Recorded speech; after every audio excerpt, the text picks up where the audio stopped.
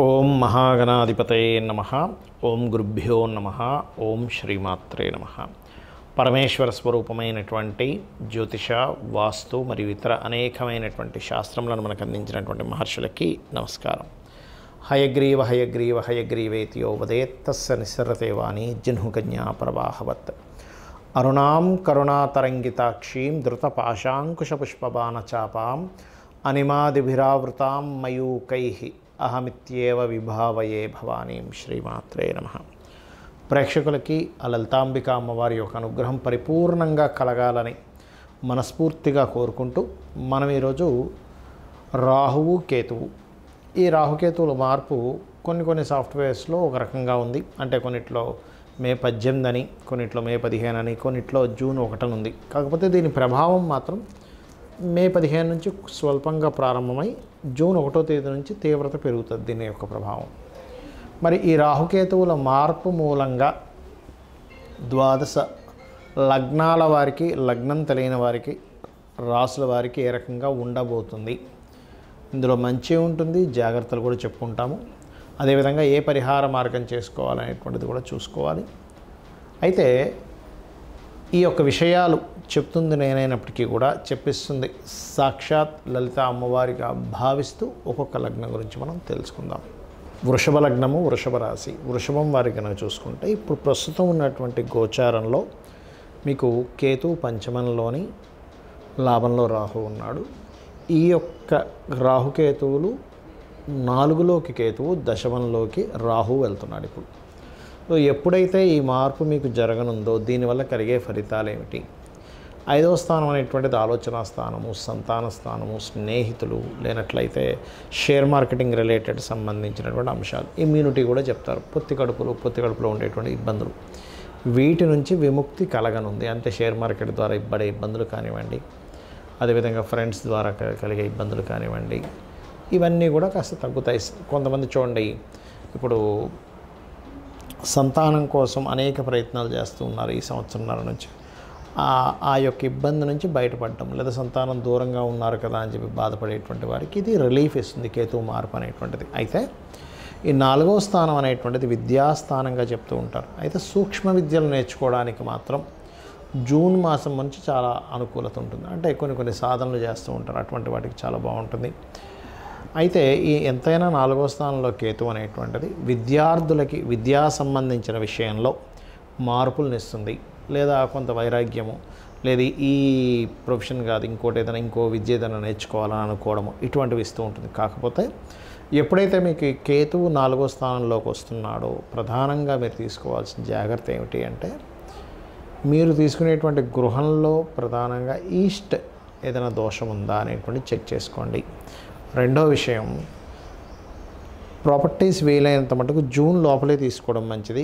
June దాటిందంటే మళ్ళీ మీకు June నుంచి ఒక సంవత్సరంన్నర పాటు 4వ స్థానంలో కేతు ఉండడం అనేటువంటిది మనకు తెలియకుండానే లిటిగేషన్ ప్రాపర్టీస్ తీసుకోవడము, ఆ లిటిగేషన్ ప్రాపర్టీస్ మూలంగా కొంతవరకు మీరు ఇబ్బంది పడడం ఇటువంటివి వస్తూ ఉంటాయి. కాబట్టి ఈ యొక్క విషయంలో జాగ్రత్తగా ఉండాలి. అదేవిధంగా దశమ స్థానంలో ఎప్పుడైతే రాహు ఉన్నాడో, రాహు మూలంగా ఏమిటంటే విదేశీ ఉద్యోగ యోగాలు, సాఫ్ట్వేర్ రిలేటెడ్ మూలంగా ఉద్యోగ యోగాలు, ఇంట్లోనే ఉంటూ బయట అంటే కొంతమంది చూడండి ఇల్లు మారడం కూడా ఇస్తాడు. 4వ స్థానంలో కేతు వస్తున్నాడు కాబట్టి ప్రదేశం మారడం, ఇల్లు మారడం. బట్ ఏదేమైనప్పటికీ కూడా సాఫ్ట్వేర్ డెవలప్మెంట్, సాఫ్ట్వేర్ మూలంగా ఉద్యోగ యోగాలు రావడం, ఫార్మా రిలేటెడ్, డయాగ్నోటిక్ రిలేటెడ్ ఇట్లాంటి వాటిల్లో ఉద్యోగ యోగాలు, నైట్ డ్యూటీస్ చేయడం, చాలామంది చూడండి డే అంతా నిద్రపోతారు, నైట్ డ్యూటీస్ చేస్తుంటారు. ఇటువంటి వాటికి అనుకూలంగా ఉంది. ఇక మీరు చేయవలసిన దేవతారాధన ఎక్కువగా విష్ణు ఆరాధన చేయండి. ఓం నమో నారాయణాయ అని నామస్మరణ చేయండి. తప్పనిసరిగా ఏదైనా వస్తువు కానీ వాహనం కానీ కొనుగోలు చేయాల్సి వస్తే గణపతికి సంబంధించిన పూజ చేసుకొని కొనుగోలు చేయండి. ఈ రాహుకేతువుల యొక్క మార్పు మూలంగా దేశ గోచారం ఎలా ఉండబోతుంది మనం ఆల్రెడీ ఒక 40-45 రోజుల క్రితమే చెప్పుకున్నాం. అయ్యా కుజుడు కర్కాటక రాశిలో సంచరిస్తున్నాడు, నీచబడి ఉన్నాడు.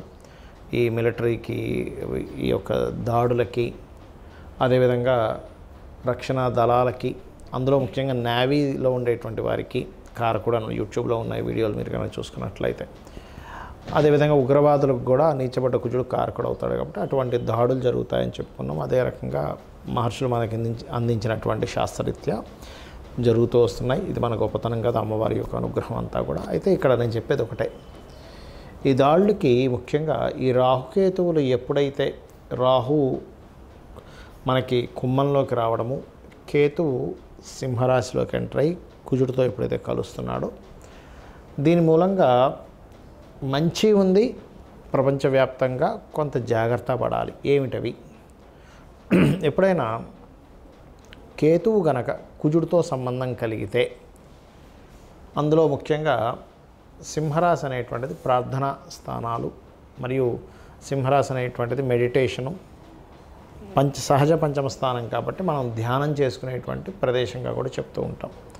కాబట్టి ధ్యాన ప్రదేశంగా కనుక మనం చూసుకున్నట్లయితే పర్టికులర్గా ఇక్కడ ఎప్పుడైతే మే 15 నుంచి ఈ కేతువు వస్తున్నాడో, అదేవిధంగా జూన్ నుంచి కాస్త కుజుడు కూడా కనెక్ట్ అవుతున్నాడో, ఇక్కడ ప్రధానంగా మనం చూసుకోవాల్సింది ప్రార్థనా మందిరాల మీద ఇప్పుడు మనకి జరుగుతున్న అటాక్లన్నీ కూడా పహల్గాం దాడి తర్వాత కొంచెం ఈ స్పిరిచువల్ కేంద్రాల మీద, అది సిక్కులది కావచ్చు, లేకపోతే మన హైందవులది కావచ్చు, ఎవరిదైనా సరే ప్రార్థనా మందిరాల మీద ఆ యొక్క అటాక్స్ అనేవి జరుగుతాయి. ఒక్కొక్కసారి మన వాళ్ళు వేసేటువంటి అటాక్స్లో కూడా ముఖ్యంగా మనం గతంలో చెప్పుకున్నాం, పెహల్గాం తర్వాత యుద్ధం కంటే కూడా ఎక్కువ అటాక్స్ జరుగుతాయి అనేటువంటిది. ఆ రకంగానే అటాక్స్ జరుగుతూ ఉన్నాయి. అయితే ఇక్కడ ఏంటంటే ఈ కుజకేతువులు కలిసినప్పుడు మాత్రం కాస్త ఈ ప్రార్థనా మందిరాల మీద కావచ్చు, ఆలయాల్లో కావచ్చు, క్షేత్రాల మీద కావచ్చు ఎక్కువ ప్రభావం ఉంటుంది. కాబట్టి నేను చెప్పేది ఫస్ట్ నుంచి కూడా చెప్తున్నాను, అయ్యా ఈ భారతదేశానికి సముద్ర తీరాల్లో ఉండేటువంటివి లేదా పాకిస్తాన్ దగ్గరలో ఉండేటువంటి ప్రాంతాలు కాస్త అప్రమత్తంగా ఉండాలి. అందులో ముఖ్యంగా క్యాపిటల్ సిటీ ఏదైతే ఉందో, మనకి క్యాపిటల్ అయినటువంటి ఢిల్లీ ప్రాంతం కూడా జాగ్రత్తగా ఉండాలి అనేటువంటిది.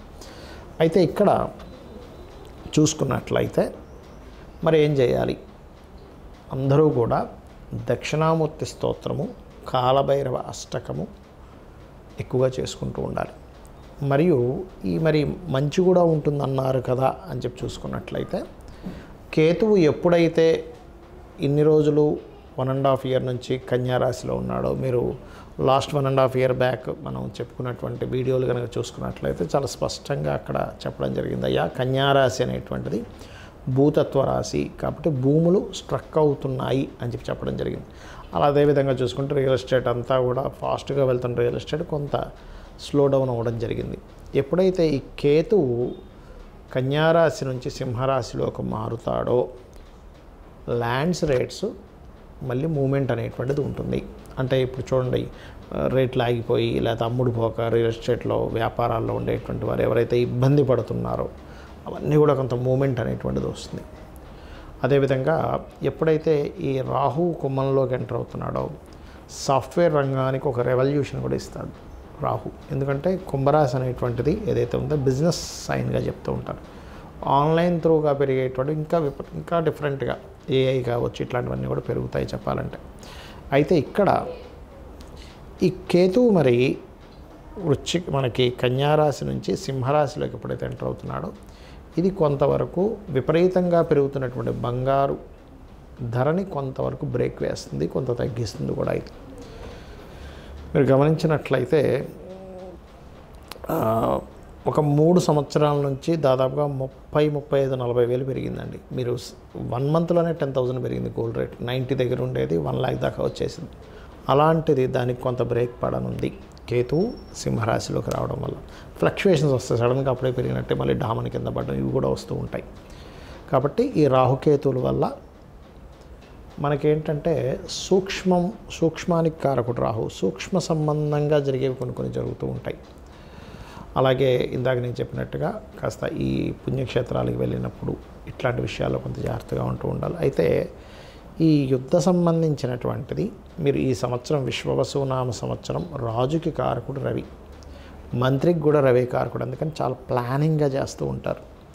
కాకపోతే సైన్యాధిపతి శని అయ్యాడు కాబట్టి ఏదో ఒక అటాక్ జరిగింది ఆగిపోయింది అన్నట్టుగా ఉండదు, ఇది కంటిన్యూ అవుతూ ఉంటుంది. ఎందుకంటే శని లాంగ్ టర్మ్ కారకుడు కాబట్టి మీన రాశిలో ఉన్నంత కాలము కూడా, అంటే ఒక 2-2.5 సంవత్సరాల పాటు, ఒక 2-3 నెలలు తీవ్రంగా ఉన్నప్పటికీ 2-2.5 సంవత్సరాల పాటు ఏమవుతుంటుందంటే అది సాగుతూ ఉండడం, మళ్ళీ అయిపోయింది కదా అనుకుంటే మళ్ళీ వాళ్ళు ఏదో అటాక్ చేయడం, మన వాళ్ళు తను తిప్పి కొట్టడం, ఇట్లాంటివి జరుగుతూ ఉంటాయి. కాబట్టి నేను చెప్పేది ఒకటే, అందరూ కూడా ఎవరెవరైతే సముద్ర తీర ప్రాంతాల్లో ఉంటారో, అంటే ఇటు సైడ్ పాకిస్తాన్ వైపు ఉండే సముద్ర తీర ప్రాంతం కావచ్చు, పాకిస్తాన్ దగ్గరలో ఉండే ఊళ్ళల్లో ఉండే వాళ్ళు కావచ్చు, లేకపోతే ఇటు సైడ్ ఈ వైజాగ్, వెస్ట్ బెంగాల్, లేనట్లు ఒరిస్సా ప్రాంతాల్లో ఉండేటువంటి వారు కావచ్చు, ఢిల్లీ ప్రాంతాల్లో ఉండేటువంటి వారు కావచ్చు, ప్రధానంగా జాగ్రత్తగా ఉండాలి.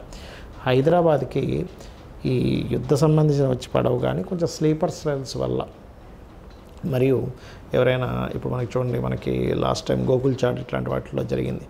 అలా కాస్త జనాలు ఎక్కువగా తిరిగేటువంటి ప్రదేశాల్లో కొంత జాగ్రత్తగా ఉంటూ కాలభైరవ అష్టకము మరియు అదేవిధంగా దక్షిణామూర్తి స్తోత్రం కనుక మీరు పఠనం చేసుకున్నట్లయితే అన్ని విధాలా మీకు బాగుంటుంది. శ్రీమాత్రే నమః.